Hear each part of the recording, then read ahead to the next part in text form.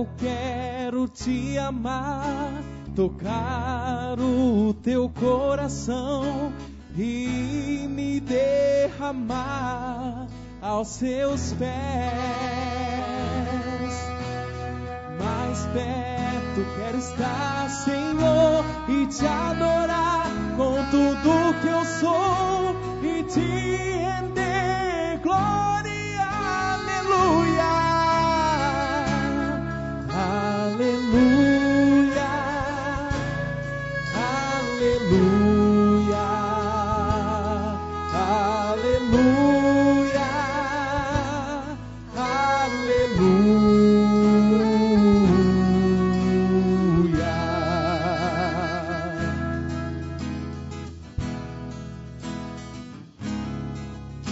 Quando lutas vierem me derrubar, firmado em ti eu estarei, pois tu és meu refúgio, ó Deus.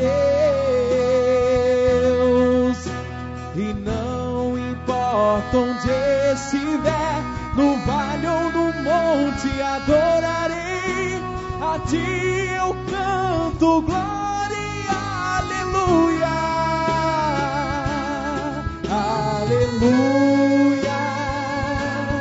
aleluia, aleluia, aleluia.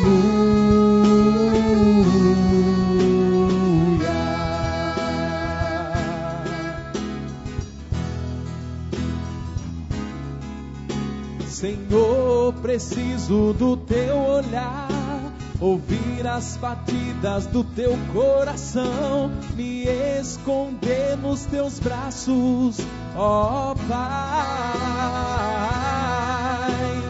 Toda minha alma deseja a ti, e junto com os anjos eu cantarei, tu és santo e exaltado, aleluia, aleluia, aleluia, aleluia,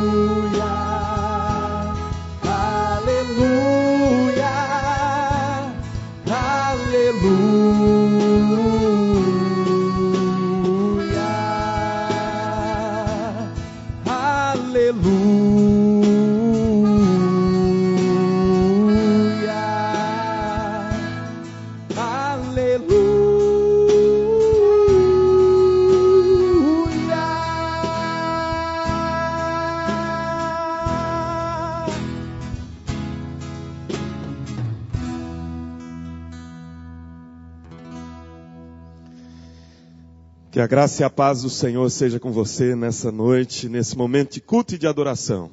Amém? Que Deus abençoe a sua vida. Que o Senhor Deus, nesta hora, esteja falando ao seu coração. Que este culto seja um tempo de edificação e fortalecimento da nossa fé na presença do Pai. A palavra do Senhor nos diz, no Salmo 51, os versículos 16 e 17. Salmo 51, versículo 16 e 17. Se você encontrar esse texto, coloque-se de pé, por favor, para nós fazermos essa leitura. Salmo 51, versículos 16 e 17. A palavra de Deus nos diz assim: pois não te comprases em sacrifícios, do contrário eu te daria, e não te agradas de holocaustos. Sacrifícios agradáveis a Deus são o espírito quebrantado, coração compungido e contrito, não o desprezarás, ó Deus. Aquilo que de fato agrada ao Senhor, diz a palavra, o que Deus recebe como oferta agradável, é um coração quebrantado, um coração compungido, um coração contrito em sua presença.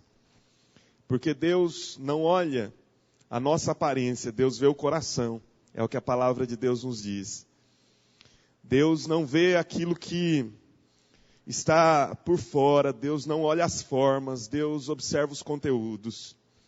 E eu queria que você, nesse momento de culto, pudesse apresentar o seu coração, porque é isso que Deus recebe. O que Deus tem pedido de nós é o nosso coração. Dá-me, filho meu, o teu coração. Então, que nós possamos ofertar a Deus o que nos é mais precioso, que é o nosso coração. Feche os olhos, oferte ao Senhor o seu coração nesta noite, dizendo: Deus, eu estou aqui para ofertar a Ti um sacrifício de louvor, um sacrifício de adoração. E meu sacrifício tem como oferta um coração quebrantado, um espírito quebrantado, um coração compungido, contrito. Porque o Senhor não despreza. Ore ao Senhor nesse momento, colocando a sua vida diante dEle. Senhor Deus Todo-Poderoso, em Teu nome nós nos aproximamos, ó Pai, da Tua presença para adorá-lo e fazer isso em espírito e em verdade, Senhor. Nós viemos, ó Pai, nesta noite para rogar ao Senhor que estenda as Tuas mãos sobre nós e derrame sobre a nossa vida, Senhor, uma porção nova do Teu Santo Espírito, uma porção dobrada, ó Deus, da Tua presença. E encha este lugar, Senhor, com a Tua graça. Senhor, nós oramos pela vida de cada um dos filhos, filhas, servos e servas do Senhor, que, ó Deus, estão entrando por essas portas, já entraram e ainda entrarão. Que esta noite seja uma noite de libertação, de cura, seja um marco em nossa história espiritual. Que o Senhor, de fato, ó Deus, nesse momento de culto, possa falar ao nosso coração. Que nós ouçamos a Tua voz, Deus, e discernamos a Tua vontade, discernamos a palavra do Senhor para a nossa vida. Senhor, que aqueles que estão abatidos e cansados recebam um alento da força que o Senhor dá, do convite que o Senhor nos faz, dizendo: vinde a mim todos vós que estáis cansados e sobrecarregados, e eu vos aliviarei. Pai, eu peço que o Senhor alivie das cargas, dos pesos, do cansaço espiritual, do cansaço emocional. Que o Senhor traga, ó Deus, neste momento, revitalização das forças. Deus, nós oramos para que o Senhor abençoe a família, para que o Senhor derrame graça, ó Deus, sobre o trabalho, para que o Senhor dê sabedoria nas decisões. Que esta seja uma semana onde o Teu Santo Espírito esteja orientando a nossa caminhada. Que nós não venhamos, ó Deus, a fazer o que não é agradável a Ti, mas que todos os nossos atos sejam feitos de acordo com a Tua boa, perfeita e agradável vontade, Senhor. Pai, nós pedimos a proteção do Senhor nesta noite sobre estas vidas que aqui estão, sobre as nossas vidas, ó Deus, e que o Senhor seja conosco. E que este momento, ó Deus, de adoração, de culto, possa renovar as nossas forças. Possa fortalecer e revigorar, ó Deus, a nossa alegria no Senhor. Nós pedimos isto no nome de Jesus. E para a glória do nosso Senhor, do nosso Salvador Jesus Cristo. Amém e amém, Senhor. Amém. Saúde seu irmão com a paz do Senhor Jesus Cristo. Vamos adorar ao Senhor nesse momento. Que as nossas canções subam até a presença de Deus como sacrifício vivo, agradável, como um sacrifício de adoração, de louvor e de exaltação ao Senhor. Vamos louvar a Deus. Faça isso com alegria. Abra o seu coração na presença do Pai. Louve a Deus. Louve ao Senhor com todo o teu coração.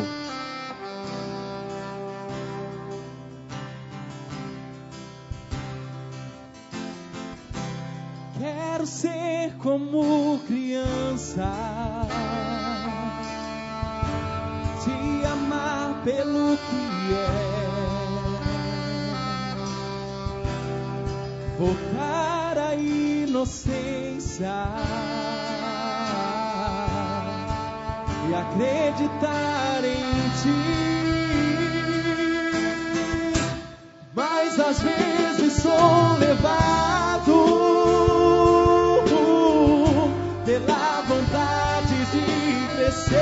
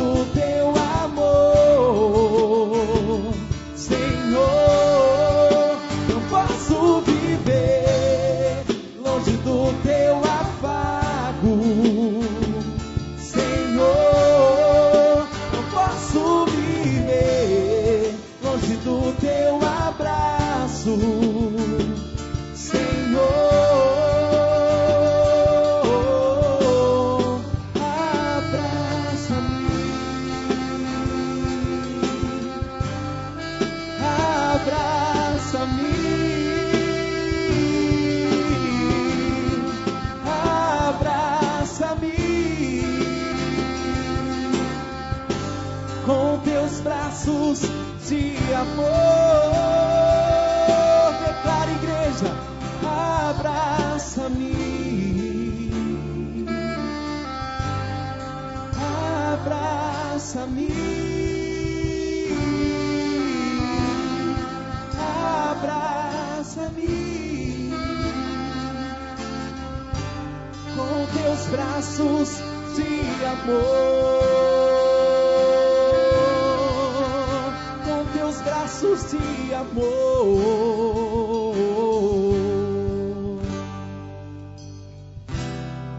Não importa quem você é, não importa o que você fez, Jesus conhece o seu interior também. Quantas vezes você caiu tentando acertar, mas a tristeza e desespero te fizeram chorar. Não importa pra onde você foi, se na escuridão da noite Ele apaga o seu passado e não desiste de você. Ele não desiste de você, Ele se importa com você, Ele compreende o seu caminhar. Nunca viu amor tão grande assim. Ele não desiste de você, Ele se importa com você, Ele compreende o seu caminhar. Nunca viu amor tão grande assim. Ele não desiste. Oh, oh, oh. Não importa. Não importa quem você é, não importa o que você fez, Jesus conhece o seu interior também. Quantas vezes você caiu tentando acertar, mas a tristeza e desespero te fizeram chorar. Não importa pra onde você foi, se na escuridão da noite Ele apaga o seu passado e não desiste de você. Ele não desiste de você, Ele se importa com você, Ele compreende o seu caminhar. Nunca viu amor tão grande assim. Ele não desiste de você, Ele se importa com você, Ele compreende o seu caminhar. Nunca viu amor tão grande assim. Ele não desiste. Ele não desiste. Ele não desiste. Ele não desiste. A igreja declara para o Senhor Jesus: Ele não desiste. Ele não desiste. Ele não desiste. Ele não desiste. Ele não desiste de você. Ele se importa com você, Ele compreende o seu caminhar. Nunca viu amor tão grande assim. Ele não desiste de você, Ele se importa com você, Ele compreende o seu caminhar. Nunca viu amor tão grande assim.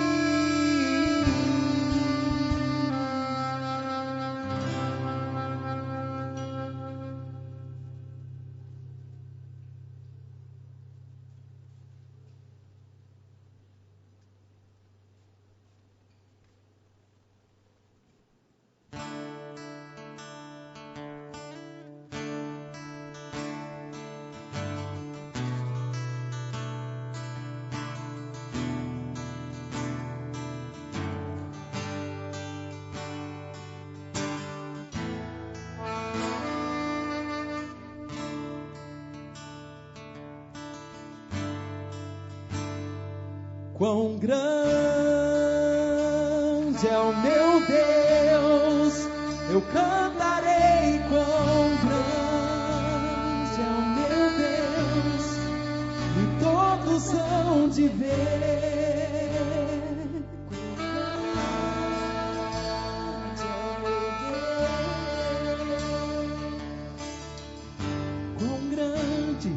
Quão grande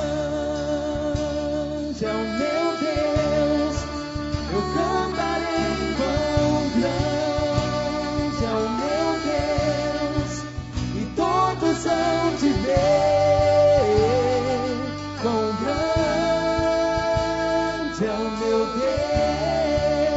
Deus, com o esplendor de um rei, em majestade e luz, faz a terra se alegrar, faz a terra se alegrar. Ele é a própria luz, e as trevas vão fugir, tremer com sua voz, tremer com sua voz. Quão grande é o meu Deus, eu cantarei quão grande é o meu Deus, e todos hão de ver. Quão grande é o meu Deus, quão grande é o meu Deus, quão grande é o meu Deus, eu cantarei quão grande é o meu Deus, e todos hão de ver. Quão grande é o meu Deus, e por gerações Ele é. O tempo está em suas mãos, o começo e o fim, começo e o fim, e três se formam em um: Filho, Espírito e Pai, Cordeiro e Leão, Cordeiro e Leão. Quão grande é o meu Deus, eu cantarei quão grande é o meu Deus, e todos hão de ver. Quão grande é o meu Deus, quão grande é o meu Deus, quão grande é o meu Deus, eu cantarei quão grande é o meu Deus, e todos hão de ver. Quão grande é o meu Deus. Ó Senhor Jesus, eu tenho certeza que não serão palavras, e sim atitudes que nos farão adorar e glorificar o Senhor. Mas nesse momento eu quero declarar, eu quero te exaltar com poucas palavras o nome do Senhor Jesus.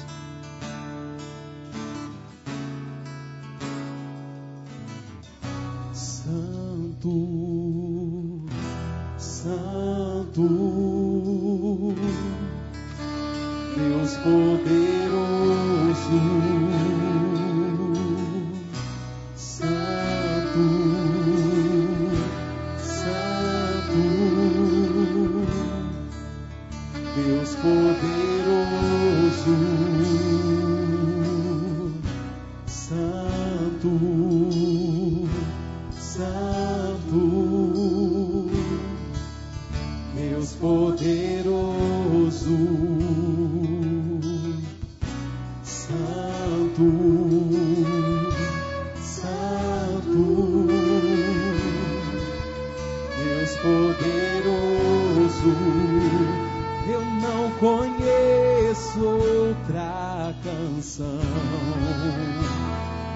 lhe descreva em perfeição. Eu não conheço outra canção que lhe descreva em perfeição. Quem aprendeu a cantar: Santo, Santo, Deus poderoso, Santo, Santo, Deus poderoso, poderoso, Deus poderoso. Oh.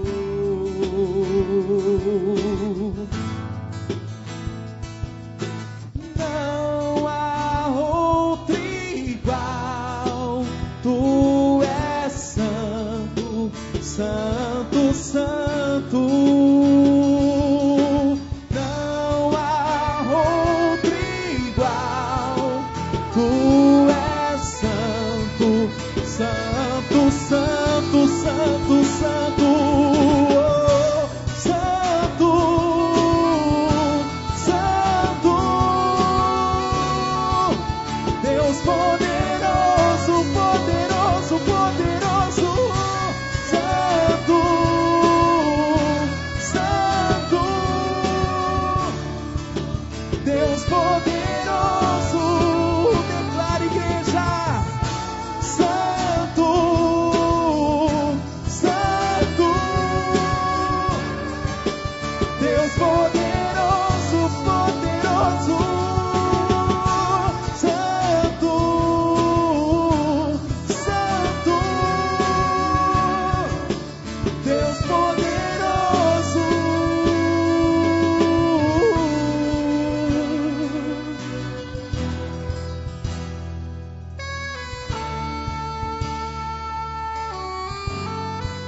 Queria convidar você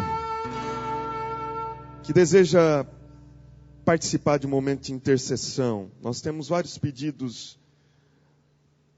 de oração por pessoas enfermas, e talvez você esteja carente de uma intercessão também, pela sua vida ou pela vida de alguém. Então, queria convidar você nesse momento a sair do seu lugar, vir aqui à frente para nós intercedermos por todos aqueles que carecem de um toque especial das mãos de Deus. Talvez seja por enfermidade, mas talvez seja na sua família, talvez seja uma outra necessidade que você tem. Pode vir aqui à frente, vamos interceder nesse momento, colocando diante do Senhor as nossas necessidades. Talvez você queira interceder nesta noite por alguém da sua família, por alguém que está longe, mas que necessita da intervenção das mãos do Senhor. Coloque-se agora diante do trono da graça. A palavra de Deus nos diz que há graça e misericórdia disponíveis diante do trono do Senhor. Acheguemo-nos, portanto, confiadamente junto ao trono da graça, a fim de recebermos graça e misericórdia para socorro em ocasião oportuna. Aproximemo-nos com sincero coração, em plena certeza de fé, tendo o coração purificado. Aproxime-se agora pelo novo e vivo caminho que Cristo nos consagrou pelo sangue da sua cruz. A igreja é a casa de oração. Mais do que ser a casa do Senhor, a igreja é a casa de oração. Porque Deus não tem um templo feito por mãos humanas onde habite. Mas nós temos um lugar que nós nos reunimos com uma função, com uma razão. Nós nos reunimos para orar e buscar a face de Deus. Ore ao Senhor neste momento, coloque diante de Deus a sua necessidade.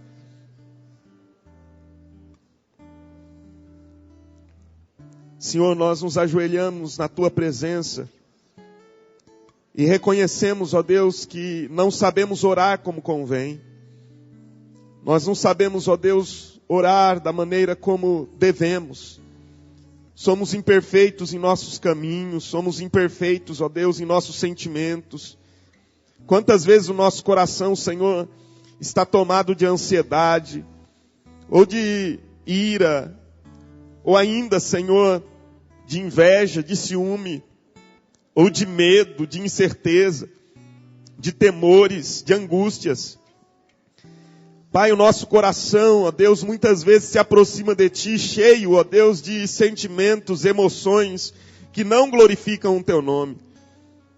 Mas ainda assim, nós cremos que o Senhor, pela grande misericórdia e amor com que nos amou, nos recebe, ó Deus, e ouve a nossa oração, e transforma a nossa vida, Senhor. Pai, nós nos aproximamos agora para colocar diante de Ti cada necessidade que está exposta aqui, ante a Tua doce presença.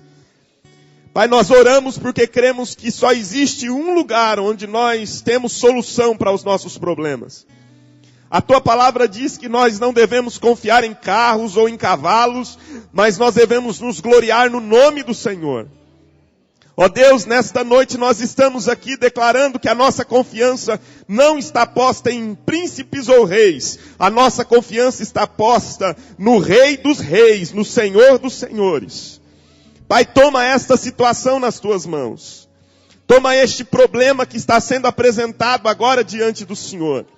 Essa pessoa enferma, Deus, Tu és poderoso para manifestar cura, Tu és poderoso para manifestar libertação, o Senhor é poderoso para levantar da depressão, o Senhor é poderoso para levantar do abatimento.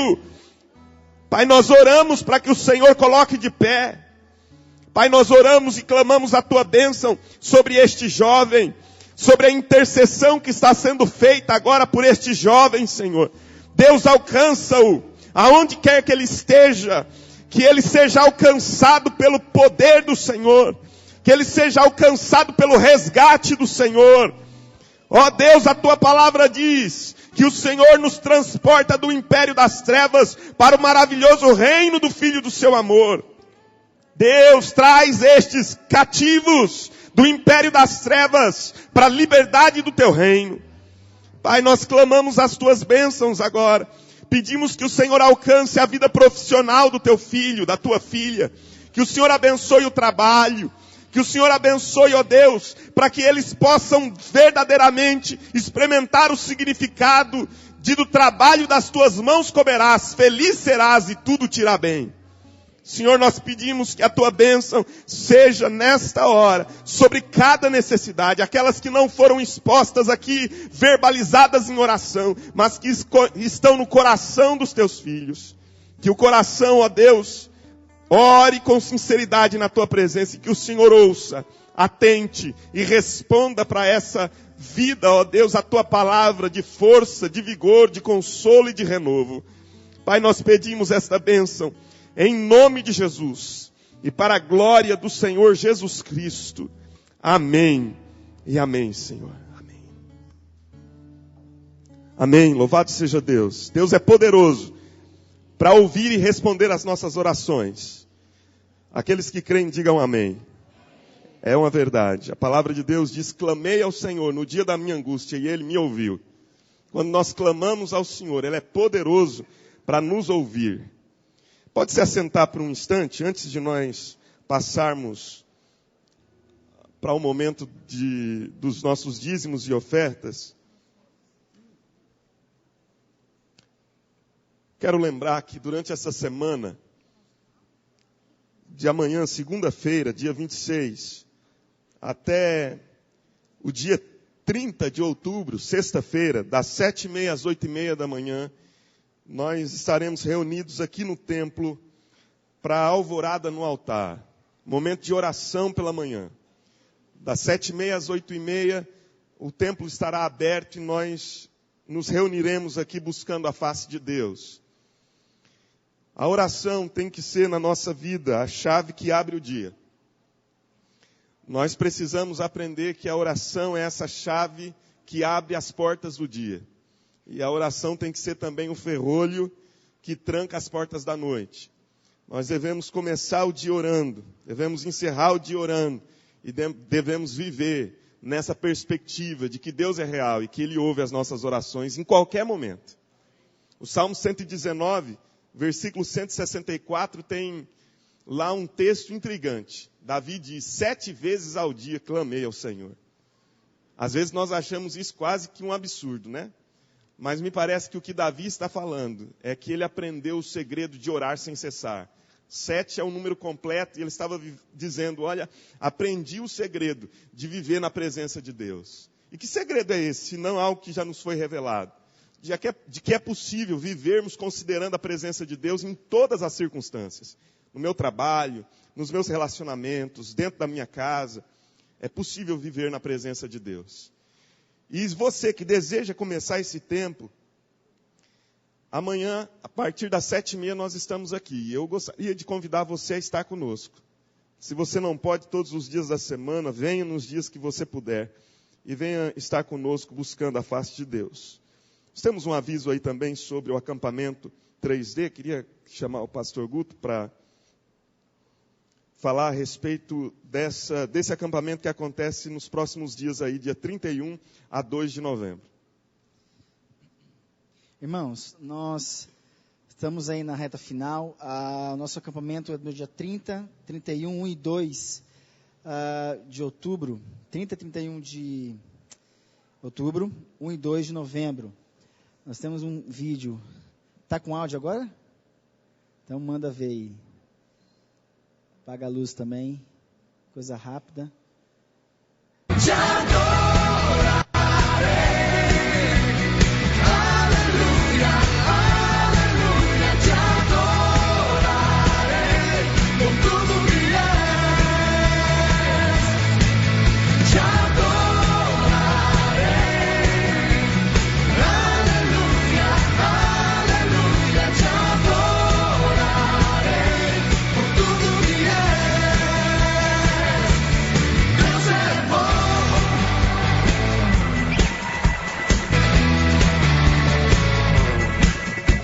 Senhor, tu és bom, tua misericórdia para sempre.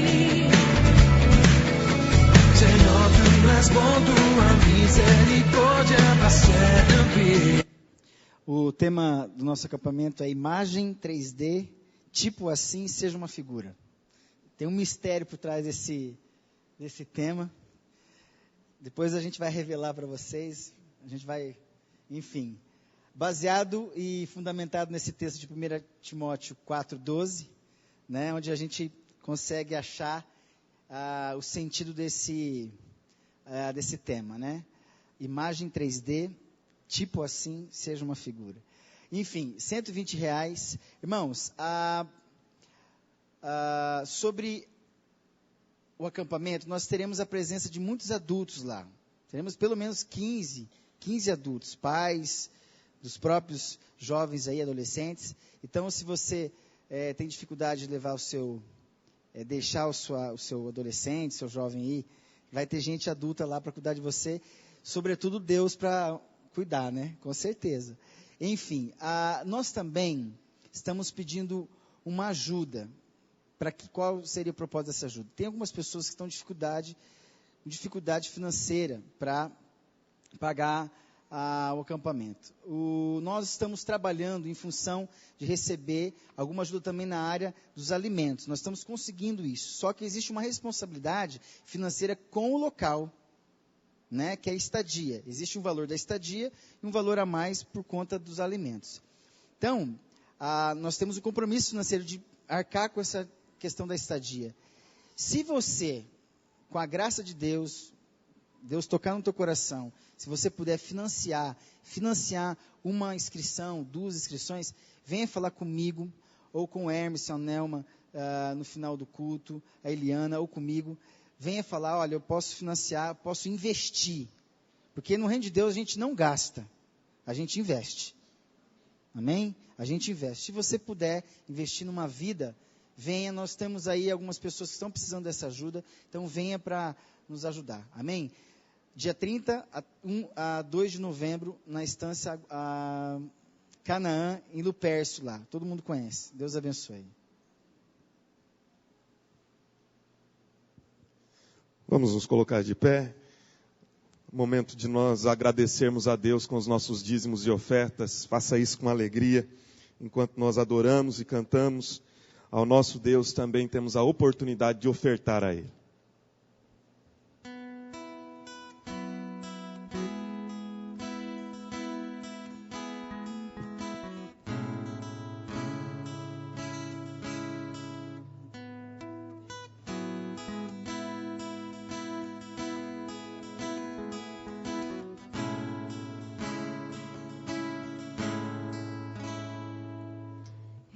Te consagro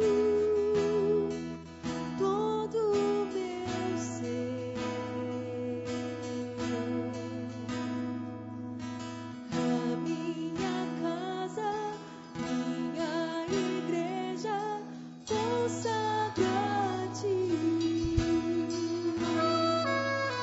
Meus sentimentos, minhas atitudes, quero Te consagrar, Senhor.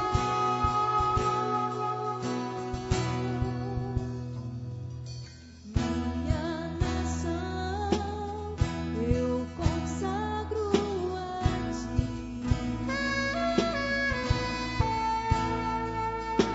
Onde eu piso, a planta dos pés, consagro a Ti.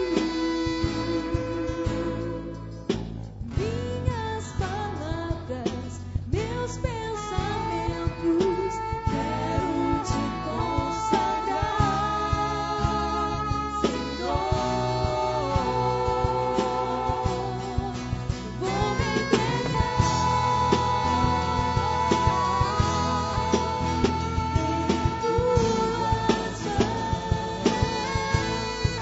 e aniquilar as minhas vontades em atitude de consagração.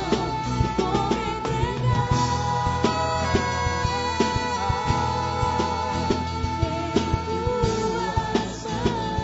e aniquilar as minhas vontades em atitude de consagração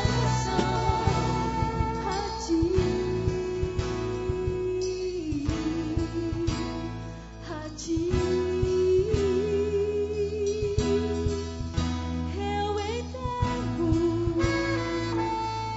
tudo, eu consagro tudo, é tudo Teu, totalmente Teu. Eu entrego, Senhor, tudo a Ti, tudo a Ti. Vou me entregar em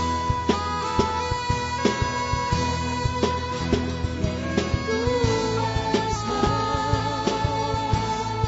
e aniquilar as minhas vontades em atitude de consagração. Vou me entregar em Tuas mãos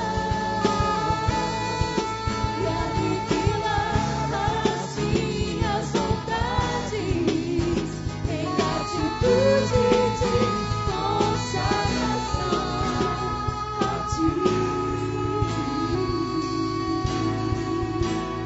a Ti.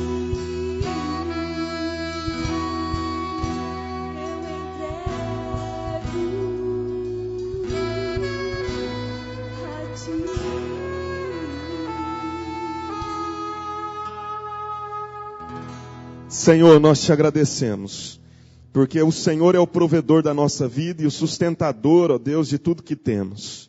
O Senhor é sustentador, ó Deus, da nossa casa, da nossa família e o provedor de nossas necessidades. Por isso, ó Deus, somos gratos a Ti, porque se temos com o que ofertar e entregar a Ti, ó Deus, o nosso dízimo, isso não é, ó Pai, para que sejamos abençoados, mas é a prova incontestável de que já temos sido abençoados por Ti.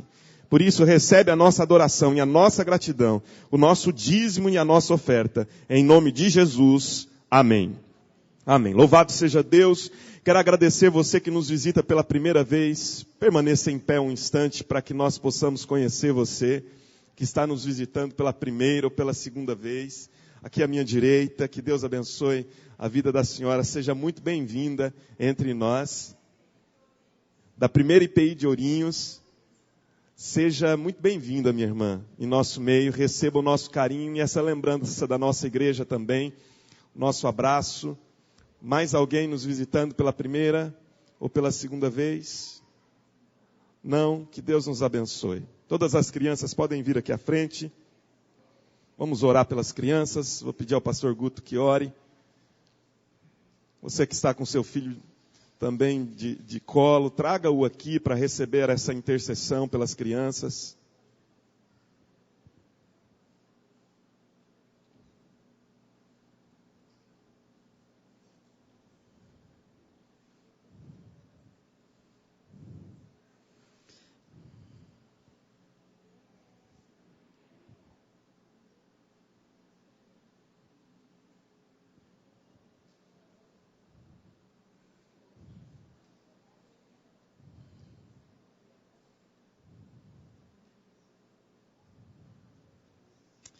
Vamos orar? Estenda sua mão aqui à frente. Vamos estar intercedendo pela vida delas, orando com elas e por elas. Pai, obrigado pela geração presente no nosso meio.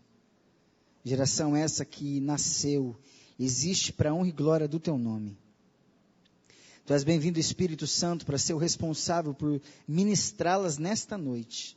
E ampará-las e trazer, Pai, na linguagem delas o entendimento. Assim atingindo o espírito, a alma, os coraçõezinhos deles, Pai, para que eles saibam que Tu és o Senhor, o Salvador e o Criador da vida deles. Também que eles saibam também que eles são herança do Senhor, criados para a honra e glória do Teu nome, Pai. Pedimos que nesse momento, naquele culto ali embaixo, elas sejam protegidas pelo Senhor, por isso cubra-as com Teu sangue.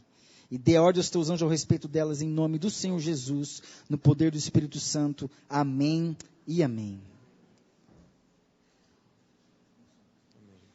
As crianças podem ir para o culto infantil.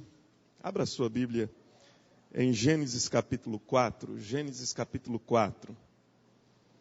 Vamos ler do versículo 1 ao versículo 9.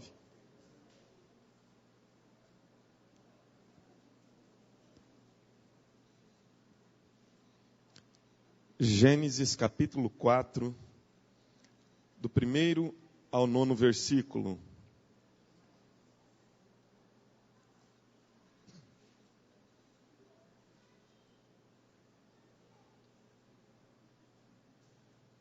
Eu queria, nessa noite, compartilhar com os irmãos sobre as contradições da religião. As contradições da religião. A partir desse texto, a partir desses 9 versos de Gênesis. Deixe a sua Bíblia aberta. Mas eu gostaria de começar, primeiro, falando um pouco a respeito do que eu entendo por religião e de como eu quero conduzir as reflexões dessa noite, para que você não se confunda a respeito do conceito. Quando eu falo sobre religião, estou falando sobre a tentativa humana de ir até Deus. Religião é toda tentativa e esforço humano de ir até um Deus. Quando nós pensamos, à luz da palavra de Deus, sobre a espiritualidade cristã, nós não podemos conceituá-la dentro dessa perspectiva de ser uma religião humana que tenta ir até onde Deus está. Porque a espiritualidade cristã é o inverso disso. A Bíblia nos mostra que Deus em Cristo veio até onde nós estávamos. O caminho não foi o caminho do esforço humano de ir até onde Deus está, mas foi o caminho inverso de Deus desfazendo-se da sua glória, abrindo mão da sua grandeza e majestade e descendo para habitar no meio dos homens. João capítulo 1, versículo 18, por exemplo, a palavra de Deus diz: ninguém jamais viu a Deus. Ou seja, essa tentativa humana e esse esforço humano de ir até onde Deus está é um flagrante fracasso, porque diz a Bíblia que ninguém jamais viu a Deus. O homem, através da sua religião, jamais conseguiu acessar o Criador, jamais conseguiu acessar Deus. Se ninguém jamais o viu, significa então que essa obra, esse esforço religioso, essa tentativa humana de alcançar Deus, se tornou um flagrante fracasso. Interessante que esse mesmo verso continua dizendo: mas o Deus unigênito que está no seio do Pai, falando-nos sobre Jesus, é quem o revelou. Jesus, quando desceu e habitou entre nós, o que ele fez? Ele revelou quem Deus é. Ele nos trouxe a revelação de Deus. Ele fez com que nós tivéssemos acesso a Deus através da sua pessoa. Nessa perspectiva, a espiritualidade cristã não é uma religião, mas é uma revelação. Porque ninguém jamais foi até Deus e o viu, mas Deus resolveu descer da sua glória e habitar no meio de nós para se revelar. E assim é até hoje. Ninguém conhece a Deus pelo esforço religioso. Verdadeiramente não conhece. Mas o conhece porque ele resolveu se revelar. João nos mostra isso em exemplos. Depois que ele dá o conceito, ninguém jamais viu a Deus, religião, mas Deus quis se revelar, então Jesus veio e habitou entre nós, revelação. Aí ele vai mostrar como que isso acontece na prática. Mulher samaritana, João capítulo 4, está diante de Jesus, conversando. Em um determinado momento ela diz: eu sei que quando o Messias vier, ele vai nos esclarecer a respeito de todas as dúvidas que nós temos a respeito do futuro, a respeito da eternidade. E ela está diante do Messias, mas ela não consegue acessar o Messias. Por quê? Porque esse acesso humano a Deus chama-se religião, e a religião fracassou, porque ninguém jamais viu a Deus. O que Jesus precisou fazer? Dizer para a mulher: eu sou eu que estou falando contigo. Revelação. Jesus se revelou a ela. Em João capítulo 9, Jesus cura um cego de nascença, um homem que jamais havia enxergado, e a Bíblia diz que depois, quando eles estão no templo, Jesus se aproxima dele e diz assim: você crê no Filho de Deus? Ele está de frente, Jesus, ali, está entabulando uma conversa com Jesus. Estão num diálogo franco e aberto. Jesus não está com véu, Jesus não está fechando os olhos dele e faz a pergunta: você crê no Filho de Deus? Ele responde para Jesus: quem é para que eu possa crer? Aí Jesus precisa se revelar para ele conhecer Jesus. Então ele diz: sou eu que estou falando com você. Eu sou o Filho de Deus. Revelação. Quando Jesus perguntou: quem dizem os homens que eu sou? A resposta foi: dizem que tu és o João Batista, é um dos profetas e etc. E então Jesus pergunta: mas vocês, perguntando para os discípulos, quem dizem que eu sou? Pedro olha para Jesus e diz: tu és o Cristo, o Filho do Deus vivo. Imediatamente Jesus interpela Pedro e diz: não foi sangue ou carne quem te revelou, Pedro, mas foi o meu Pai, que está nos céus. Você teve uma revelação. Esse conceito de que tu és o Cristo, Filho do Deus vivo, que você trouxe, não é um conceito que você, através do seu esforço, através do seu estudo, através de pesquisas, encontrou a meu respeito. Não, foi o meu Pai que revelou isso para você. E nós temos outras tantas personagens nas Escrituras que nos mostram isso de fato e de verdade. Porque a religião, é um terreno de muitas contradições. Por isso Deus resolveu ter um método diferente. O método de Deus é se revelar aos homens. Não é que os homens o acessem pelo seu esforço, mas que Deus, pela sua graça, desça e se revele. Porque a religião é esse ambiente que é tomado por contradições e ambiguidades. E a Bíblia vai demonstrando isso com muita franqueza. E esse texto é, para mim, um texto que nos fala um pouco a respeito dessas contradições da religião humana. Se você prestar atenção, o texto diz assim, observe comigo, preste atenção. Coabitou o homem com Eva, versículo 1 do capítulo 4. Sua mulher. Esta concebeu e deu à luz a Caim. Então disse, adquiri um varão com auxílio do Senhor. Depois deu à luz a Abel, seu irmão. Abel foi pastor de ovelhas e Caim, lavrador. Aconteceu que no fim de uns tempos, trouxe Caim do fruto da terra uma oferta ao Senhor. Abel, por sua vez, trouxe das primícias do seu rebanho e da gordura deste. Agradou-se o Senhor de Abel e de sua oferta, ao passo que de Caim e de sua oferta não se agradou. Irou-se, pois, sobremaneira Caim, descaiu-lhe o semblante. Então lhe disse o Senhor, por que andas irado? Por que descaiu o teu semblante? Se procederes bem, não é certo que serás aceito? Se todavia procederes mal, eis que o pecado jaz à porta, e o seu desejo será contra ti, mas a ti cumpre dominá-lo. Disse Caim a Abel, seu irmão, vamos ao campo.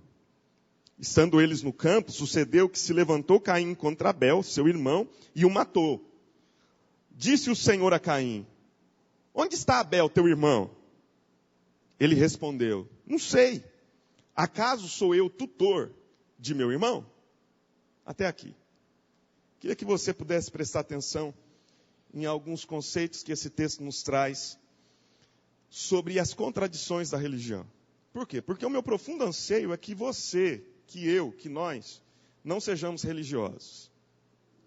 Porque me parece que ser religioso não é uma coisa boa para as Escrituras, para a Bíblia.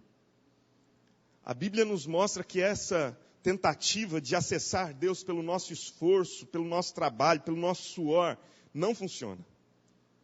Que Deus tem um outro método e Ele quer que nós aprendamos a viver sob a insígnia desse método dele, que é o método da revelação. Eu vou lendo a Bíblia e vou percebendo que a religião é um negócio pesado e que Jesus combateu muitas vezes. Muitas vezes. Mas essa experiência religiosa parece-nos que é algo fundante, está lá nas origens. A gente quer viver assim, parece que a gente necessita viver de maneira religiosa. Desde o início. Diz a Bíblia que Caim e Abel, mais especificamente Caim, viveram a partir de conceitos religiosos. Às vezes a gente tem uma concepção errada sobre Caim. Todas as vezes que a gente fala em Caim, a primeira coisa que nos vem à mente é que Caim era um homem muito ímpio. De fato, ele agiu de maneira impiedosa, cruel. Mas nós pensamos em Caim como um homem que não tivesse consideração alguma pelo sagrado. Não é? Assim, quando a palavra Caim, quando se fala Caim, a primeira coisa que te vem à mente talvez seja um personagem na Bíblia, um homem que era extremamente perverso e agiu de maneira perversa, mas que ele não tinha nenhuma consideração pelo sagrado, pelo eterno. Mas isso não é real. Se você observar, o versículo 3 nos diz que quem propõe trazer uma oferta ao Senhor não é Abel. Quem propõe um ato de religião, um ato religioso, uma ação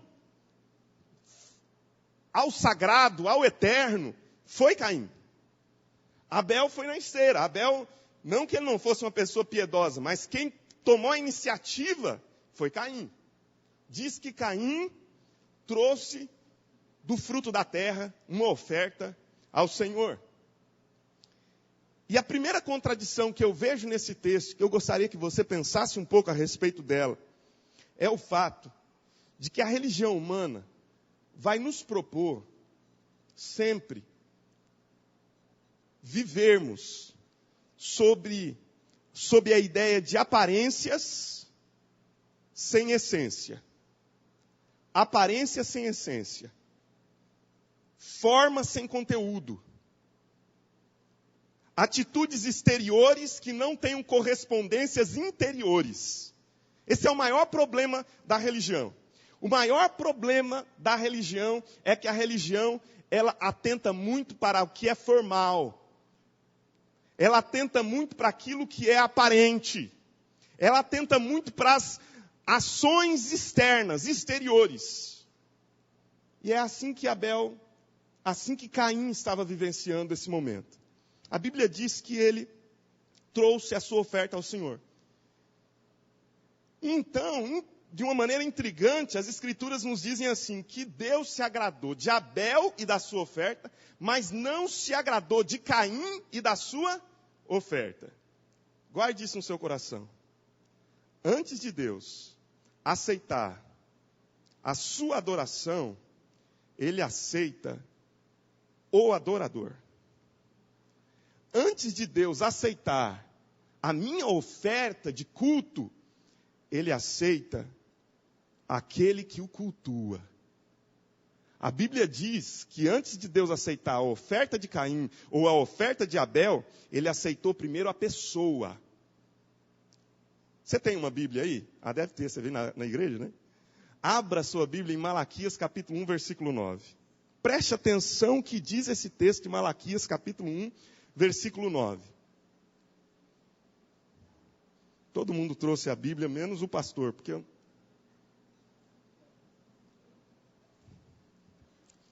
Malaquias capítulo 1, versículo 9.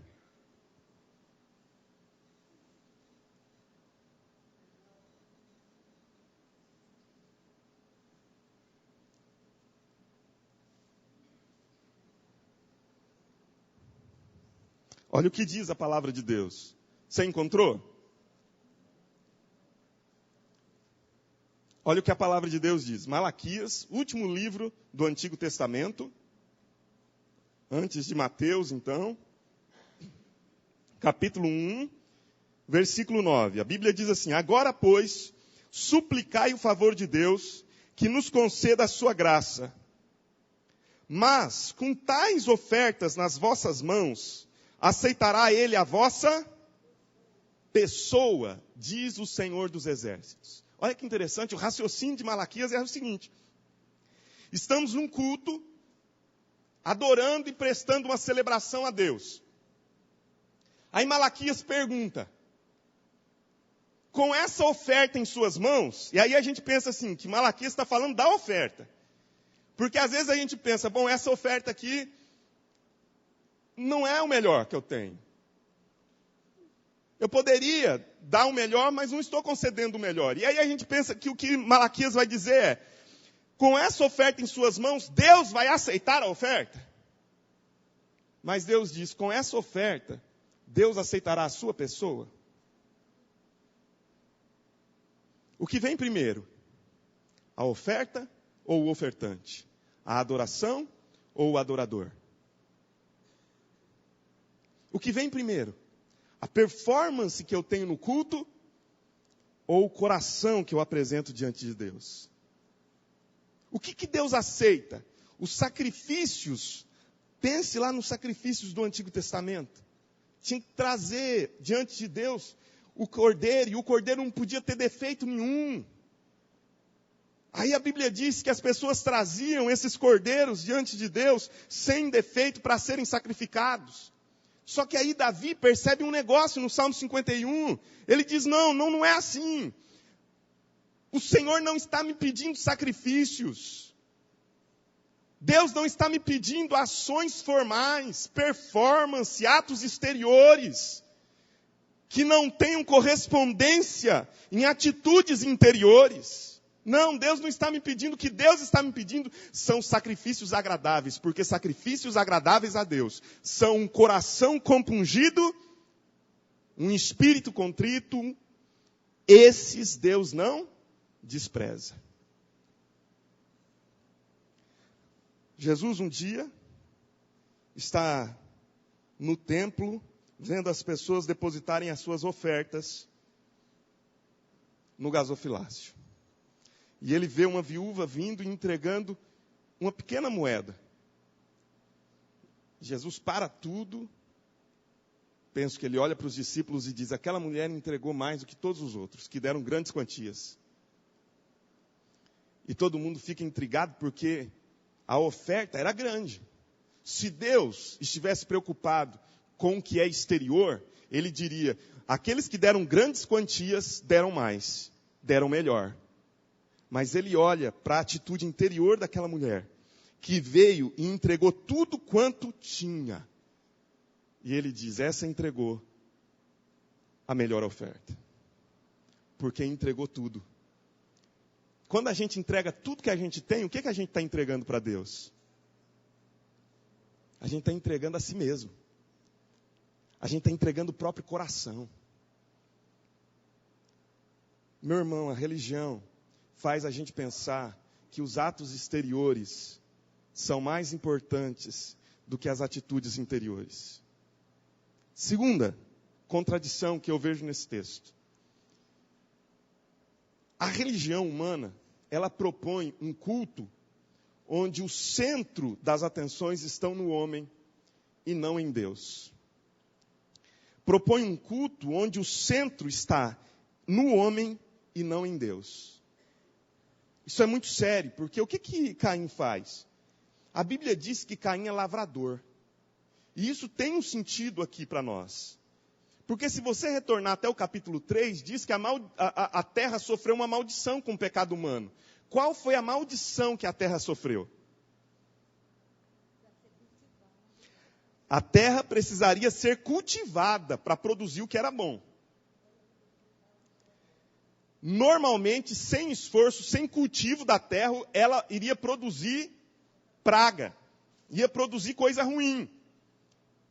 Aí a Bíblia diz que, para que houvesse uma produção que fosse boa, seria necessário que o homem colocasse a mão na terra e lavrasse a terra.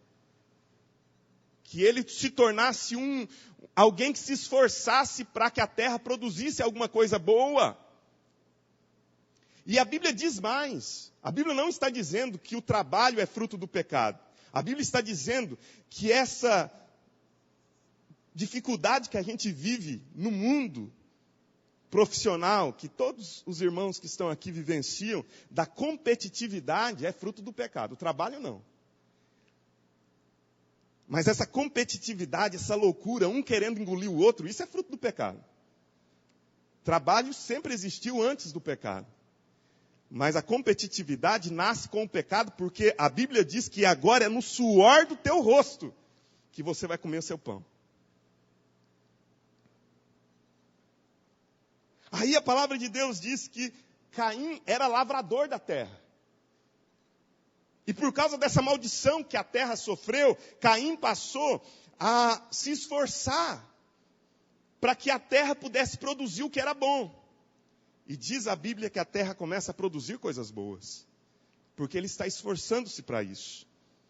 Então ele pega os primeiros frutos daquilo que ele produziu e traz na presença de Deus. O problema não é que o sacrifício de Caim era do fruto da terra. E o sacrifício de Abel era um sacrifício de sangue. Porque se você ler as Escrituras, perceberá que Deus previa na lei a possibilidade de que alguns trouxessem os frutos da terra como uma oferta ao Senhor. A questão não é essa. A questão é que Caim se torna o símbolo de uma religião que se esforça para trazer o melhor. E entende que uma vez trazendo o melhor, então tem direitos diante de Deus. Uma vez trazendo o melhor, então pode reivindicar de Deus o seu favor. Pode dizer que agora ele tem direito de pedir. Ele se torna símbolo disso. Símbolo de pessoas que entendem que por meio da religião nós podemos barganhar com Deus e fazer com que Deus se dobre aos nossos pedidos. Eu trouxe o melhor da terra. Eu trouxe o meu esforço. É meu trabalho. É suor. Deus, o Senhor tem obrigação de me atender. Isso é justiça própria, irmão. Isso não está na Bíblia. Aliás, está na Bíblia, mas para mostrar que não é assim que a gente tem que agir. Como se nós pudéssemos reivindicar de Deus direitos. Essa religião humana é a religião que coloca o homem no centro das coisas. Deixa eu dizer uma coisa para você. A espiritualidade cristã tem só um no centro. A espiritualidade cristã só tem um lugar no trono. A espiritualidade cristã reconhece que acima de todo nome está o nome de Jesus, no qual todo joelho se dobrará e toda língua confessará que Ele é Senhor para a glória de Deus Pai.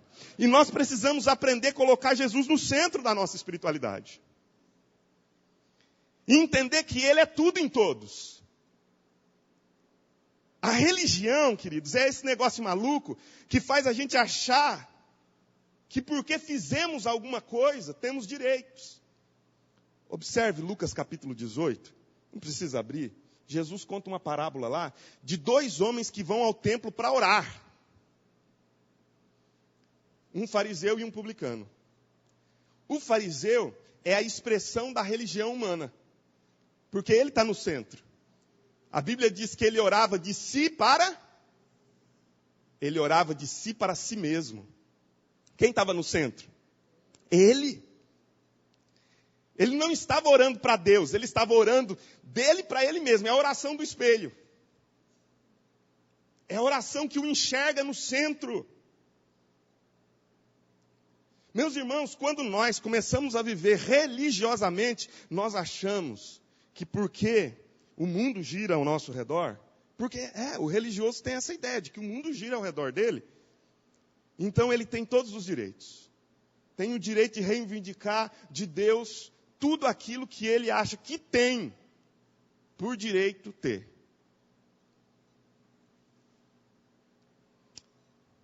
E o que esse tipo de religião produz? Produz pessoas muito exigentes. Mas o pior não é... Porque o cristianismo é a mesma coisa, viu? Porque cristianismo pode se transformar numa religião, e das piores. Das piores. O que isso produz? Produz uma igreja exigente, por exemplo. Numa igreja onde o centro é o homem, a gente fica se achando. A gente acha que tem direitos. A igreja vai se tornando mimada, exigente. Então a gente acha que determinadas coisas não podem ser ditas. Eu fico pensando comigo que é terrível para alguém, um pastor, pastorear uma igreja mimada. Sabe por quê? Porque o tempo inteiro ele precisa saber se a mensagem dele está politicamente correta ou não. Será que o que eu vou dizer vai ofender alguém? Será que eu posso falar? E se eu falar, quais vão ser as implicações? Aí a mensagem fica comprometida. A gente dilui a mensagem para não ofender, para não falar, para não tocar em milindres, para ninguém sair com um sentimento de mal-estar. Quando o homem é o centro, a gente vai ficando muito exigente, mimado. Terceiro e último. Esse texto nos ensina, por último, que a religião humana tem uma proposta muito estranha de conseguir conjugar pacificamente culto a Deus com sentimentos odiosos no coração em relação ao semelhante. Caim, ele acha que é possível prestar adoração, culto a Deus e ao mesmo tempo nutrir no coração sentimentos odiosos. Ele está com um sentimento de profunda amargura. Primeiro, tudo começa com a inveja. São os passos do descenso de Caim. Começa com a inveja. Porque ele inveja o seu irmão, porque o seu irmão alcançou algo que ele não conseguiu. A inveja é essa incapacidade de nos alegrarmos com o sucesso alheio. Então ele não consegue ver Abel prosperando espiritualmente e se alegrar com aquilo. Mas ele fica profundamente amargo com aquela situação. essa inveja produz essa amargura gera no coração de Caim dissimulação, a dissimulação ódio e o ódio indiferença. A gente chega lá, mas eu queria que você prestasse atenção nisso. Como é que Caim consegue conviver pacificamente com isso? Estou ali prestando adoração a Deus, mas ao mesmo tempo meu coração está tomado de sentimentos odiosos. Eu fico pensando, se Jesus não estava pensando em Caim e em Abel quando ele fala o que está registrado em Mateus capítulo 5, versículo 21. Diz lá Jesus: ouviste o que foi dito aos antigos, não matarás. Eu, porém, vos digo, todo aquele que se irá contra o seu irmão, sem motivo, já se tornou réu de juízo. Todo aquele que chamar o seu irmão de tolo,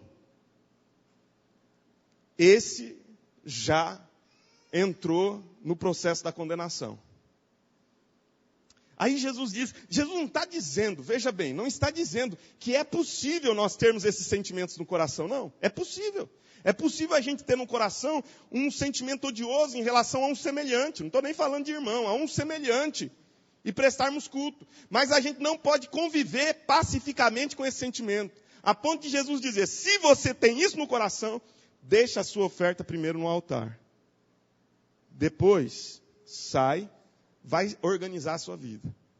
Então você retorna e presta a sua oferta.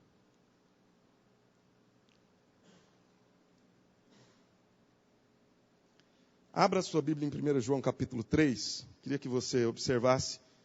Eu já encerro com esse texto. 1 João capítulo 3.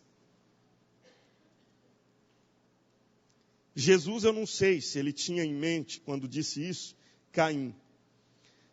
Mas, versículo 11 de 1 João 3, João tinha em mente Caim.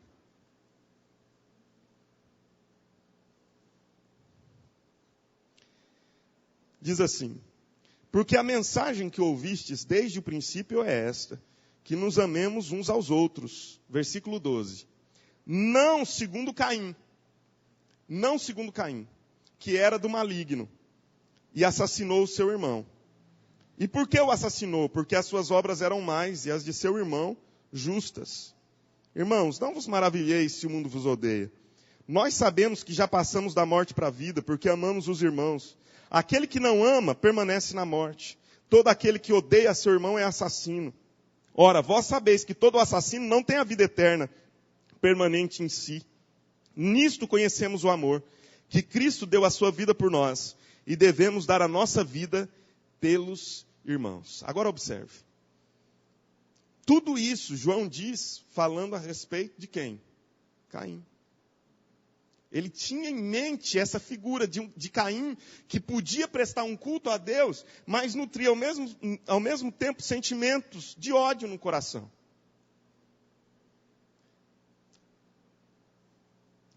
Irmãos,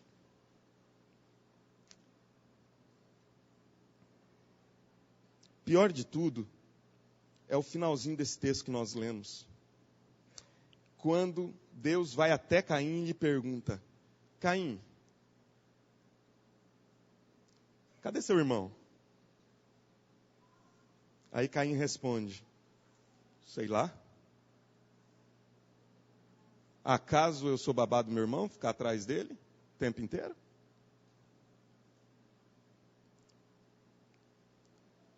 Pior é quando nós saímos do estágio do ódio para o estágio da indiferença.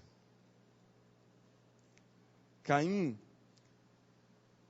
ele conseguiu satisfazer o seu desejo de vingança matando o irmão, e o ódio passou. Só que não houve nenhum momento de arrependimento no coração de Caim. O que houve foi um sentimento de indiferença a partir dali. Não sei cadê meu irmão, eu não sou tutor dele, eu não tenho responsabilidades com ele. E isso não é uma verdade, isso não é uma verdade. Nós somos responsáveis uns pelos outros. Nós somos responsáveis uns pelos outros. Vamos ficar de pé?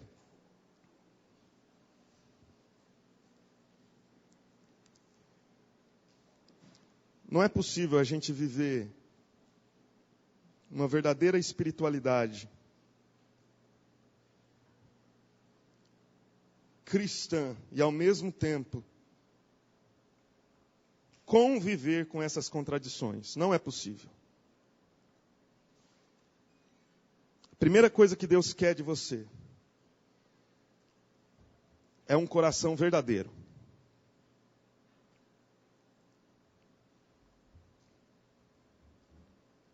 A primeira coisa que Deus pede de nós é um coração verdadeiro na presença dEle. Depois, a palavra do Senhor nos mostra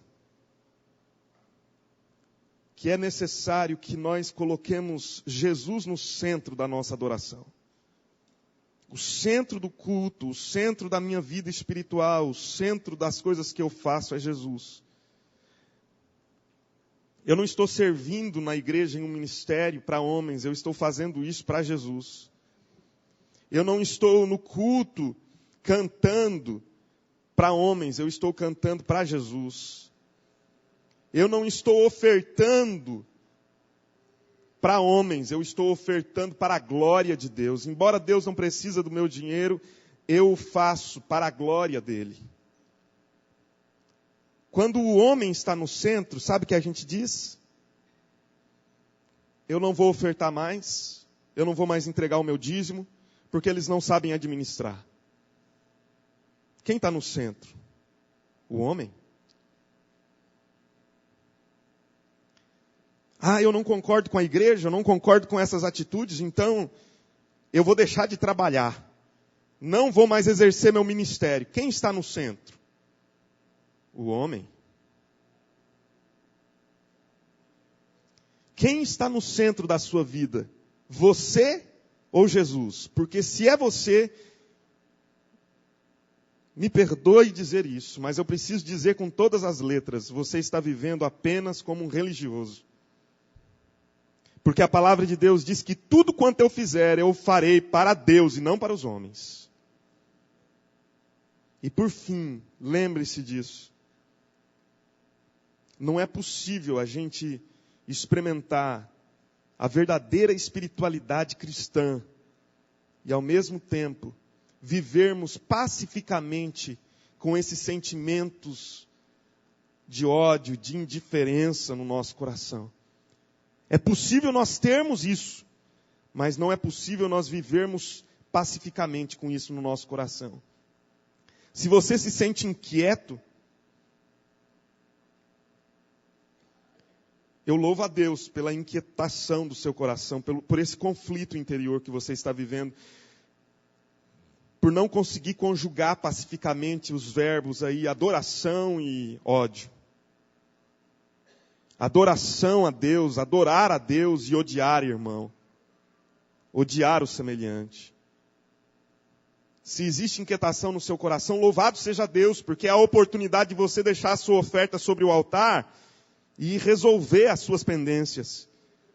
E quando você voltar, Deus estará ali para receber a sua oferta.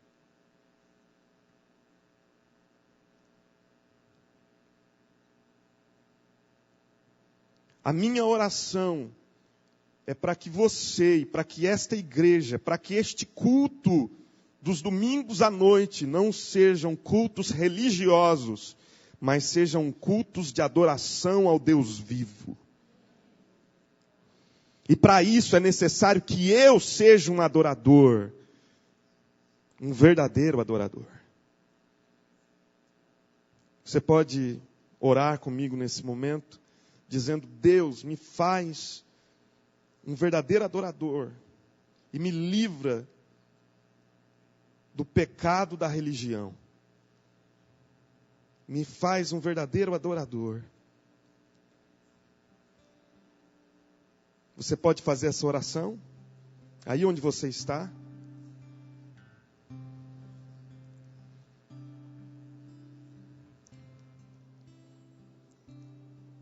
Você pode, numa atitude de rendição, como que se você estivesse dizendo para Deus: Deus, Eu não quero ser um religioso, eu quero ser um adorador, então eu me rendo, eu me entrego. Se você sentir liberdade para isso, espalme as tuas mãos, erga as tuas mãos ao céu, dizendo: Deus, eu quero ser um verdadeiro adorador. Eu não quero ser um religioso. Deixa eu dizer para você o que vai acontecer. Sabe o que vai acontecer? Deus vai se revelar a você. Porque a palavra de Deus nos diz que você não vai precisar ficar buscando, através do seu esforço, do seu trabalho, do seu suor, a presença do Pai. Mas o Pai vai encurtar a distância e Ele virá e se revelará a você. E vai dizer: sou eu que estou falando com você. Verdadeiros adoradores têm experiências profundas com Deus, que a religião não consegue conceber. Verdadeiros adoradores acessam o coração de Deus, e a religião se escandaliza, porque verdadeiros adoradores se lançam aos pés de Jesus e derramam diante dele perfume precioso, caríssimo. E a religião olha e diz: que loucura, que insanidade, gastar tanto perfume caro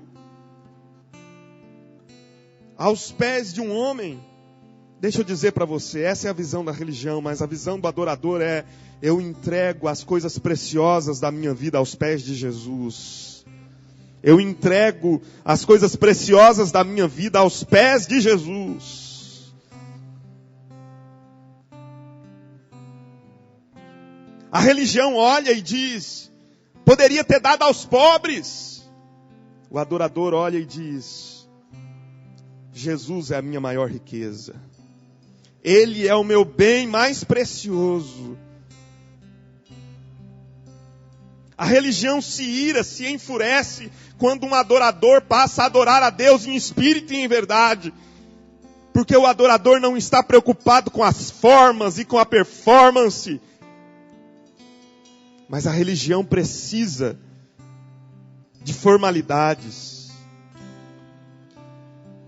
Deixa eu convidar você a sair da formalidade nesta noite e dizer: Deus, eu quero ser um verdadeiro adorador.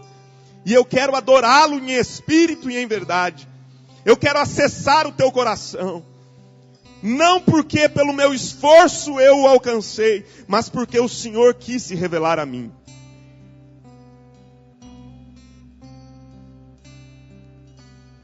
Queria convidar você nesse momento a se ajoelhar, se você quer se entregar na presença de Jesus e dizer: Senhor, eu quero aprender a viver uma vida cristã genuína.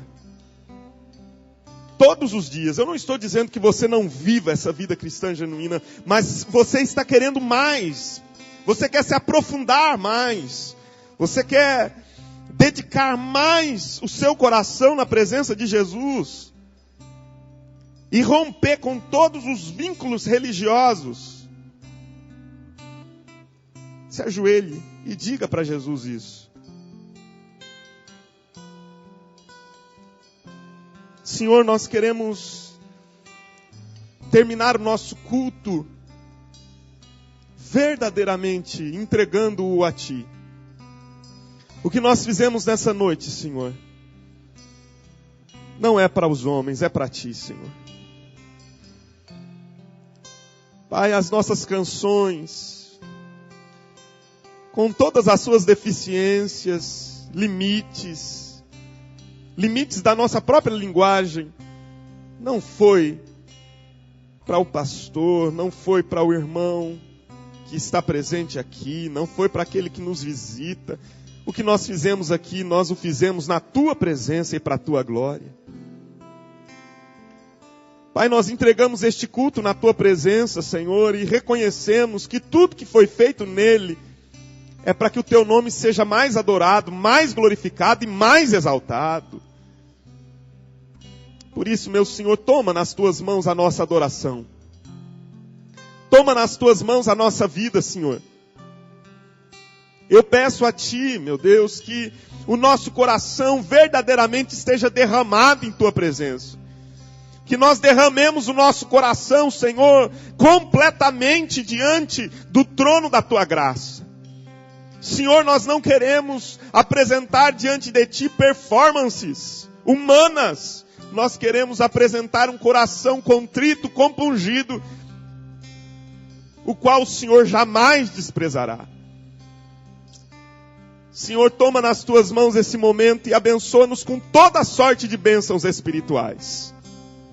Abençoa, Senhor, a cada um dos meus irmãos aqui. Porque a verdadeira adoração não acontece aqui no culto, no templo, mas acontece no culto da vida. Que, ó Deus, ao sairmos daqui, nós continuemos adorando, bendizendo e exaltando ao Senhor. Que as nossas decisões ao longo dessa semana sejam atos de culto ao Teu nome. Que, ó Deus, os nossos relacionamentos familiares possam prestar culto ao Senhor. Que os nossos relacionamentos profissionais possam prestar culto ao Senhor. Que enquanto o mundo, ó Deus, vive debaixo de perversões, erros e desvios, os nossos atos glorifiquem ao nosso Pai que está nos céus e prestem culto ao Senhor. Pai, eu peço a Ti em nome de Jesus, que este seja um lugar de adoradores verdadeiros, que vivem para a glória e para a honra do nome de Jesus. E que o Senhor te abençoe, e que o Senhor te guarde, que o Senhor levante o rosto sobre ti e te dê a paz. E que a graça do Senhor, o amor de Deus, a comunhão do Espírito, sejam e permaneçam sobre a sua vida hoje e por todos os dias da sua caminhada peregrina sobre a terra, até a eternidade. Amém. Que Deus te abençoe. Vamos na paz do Senhor Jesus.